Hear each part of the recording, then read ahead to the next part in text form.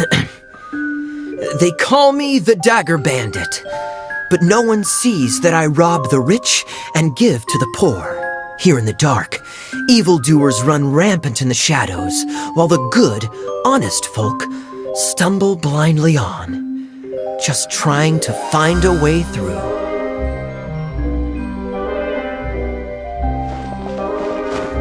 As the bandit brooded, suddenly the world was inexplicably changed as a single star appeared on the horizon and flew across the sky. Traveler, stomp on that movement mechanism in front of you.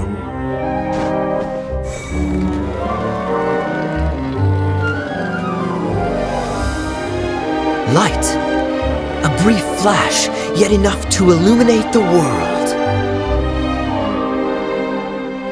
If I can find the source of that light, I can shine it into the darkness, and the people will suffer in blindness no longer.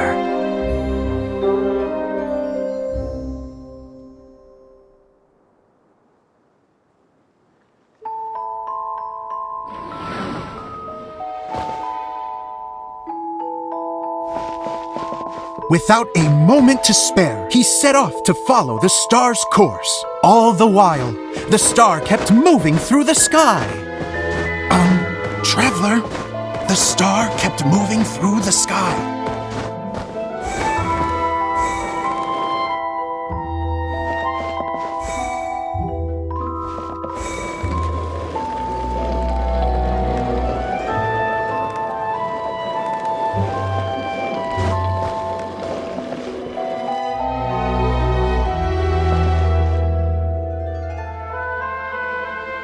Looks like I have to go through the desert.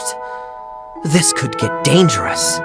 If everything he'd heard was to be believed, the desert ahead was a no-man's land filled with horrors. Worse still, the star had landed in the most difficult-to-reach location, surrounded by sheer cliffs, but he was determined to press onward. I've come this far, and I'm not about to turn back now.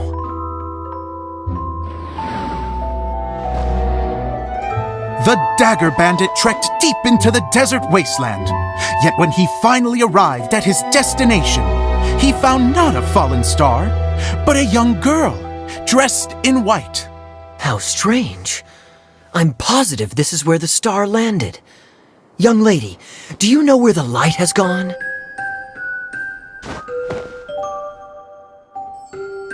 The girl replied,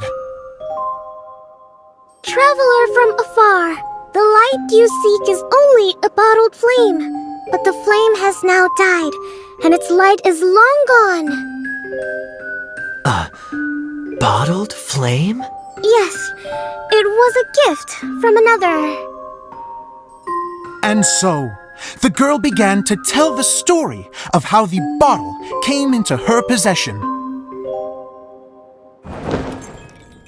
The girl hailed from a kingdom that sat atop the waterfalls. But when the reigning dynasty fell and a new one seized power, she and her people fled for their lives. A thick fog began to fill the air as she made her way through the forest, and dense thickets tried to block her path. There is a mechanism down there that you can press to retract the thicket board below the stage.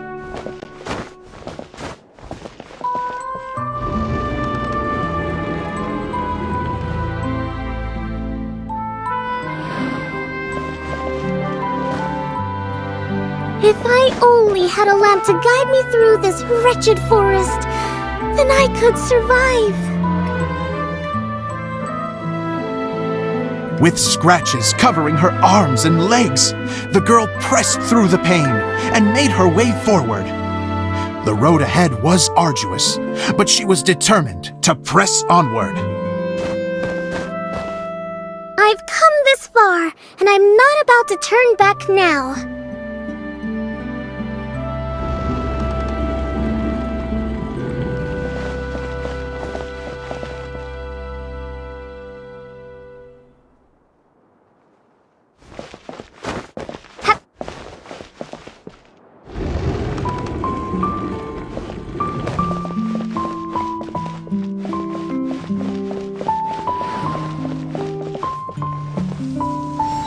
But just as she was drawing near her destination, a huge stretch of thorns and brambles suddenly came into view. Despair set in and began to weigh on her heart. If only someone could help me, I would give anything in return. The girl's heartfelt wish in her moment of desperation did not go unheard. Wait! There's no mechanism for the final thicket! Ugh, I must have forgotten to check those boards. According to the story, those thickets should be gone from the stage now, right? Yes, total oversight on my part. Ugh, what a pain. I can help! Traveler, catch!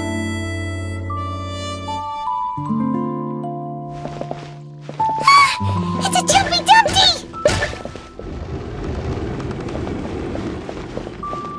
The girl's heartfelt wish did not go unheard, for a Jumpy Dumpty, who was passing by, helped to clear a path for her. Oh, thank you, Jumpy Dumpty! And so the girl continued her journey deeper into the forest. But what she found there was not a lamp, but a mage glowing with fire. So, just to clarify, it was supposed to be the mage who helped burn a path through the thicket. Save it for the end, man! The mage took pity on the girl and handed her a bottle. Then, the mage began to tell the story of how the bottle came into her possession. The fiery mage had an adventurous spirit and enjoyed taking long journeys. On one such journey, while taking rest in an oasis, she found a beautiful bottle by a crescent-shaped lake. Klee, quick! Get in the light! Coming! She was an extraordinary mage, with the power to grant people their wishes. She turned the bottle into a thing of equally extraordinary power. But the only place that it could make wishes come true was inside of the bottle. Oh me! Oh my! Look at this wonderful bottle of mine! It could make a fine toy! But better still, a sojourner's home! The fiery mage blew into the bottle, allowing it to grant one single wish outside its glass walls. Am I supposed to blow into it? Wow, it lit up! A flame was kindled within the bottle, and it began to glow a fiery red, just like the mage herself.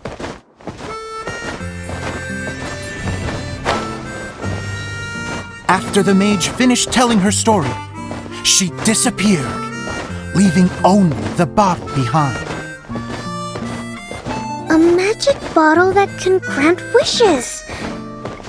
And I wish to leave this place and go somewhere where no one will ever find me again. And then? The bottle seemed to softly inquire.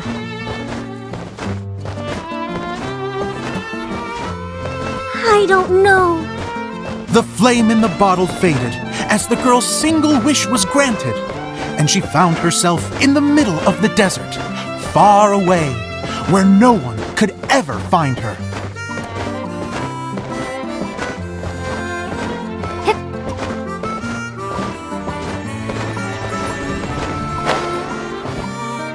When the Dagger Bandit listened to her story, he sighed in disappointment that the flame with the power to grant wishes outside of the bottle had already died. But this doesn't make sense. If it truly granted my wish, then nobody should have been able to find me here. Maybe they shouldn't. The desert is difficult and dangerous to navigate, but I was determined to make it, no matter what. Then take this bottle with you for your trouble. It may be able to grant you your wish, though sadly, only within the confines of the bottle itself. All I wish for is light. Honoring the bandit's request, the girl wished for light inside the bottle, and sure enough, it lit up. They found that while the light was only generated within, it could nonetheless shine through the glass and reach anywhere in the outside world. Even though it doesn't burn as brilliantly as the light that shone before, this is still an extraordinary light. What will you do after I take the bottle? I don't know. Well, then maybe you should come back with me. With no reason to refuse, the girl accompanied the Dagger Bandit back to the land where the light did not shine. They brought light to that place, and the darkness was dispersed, and they lived happily ever after.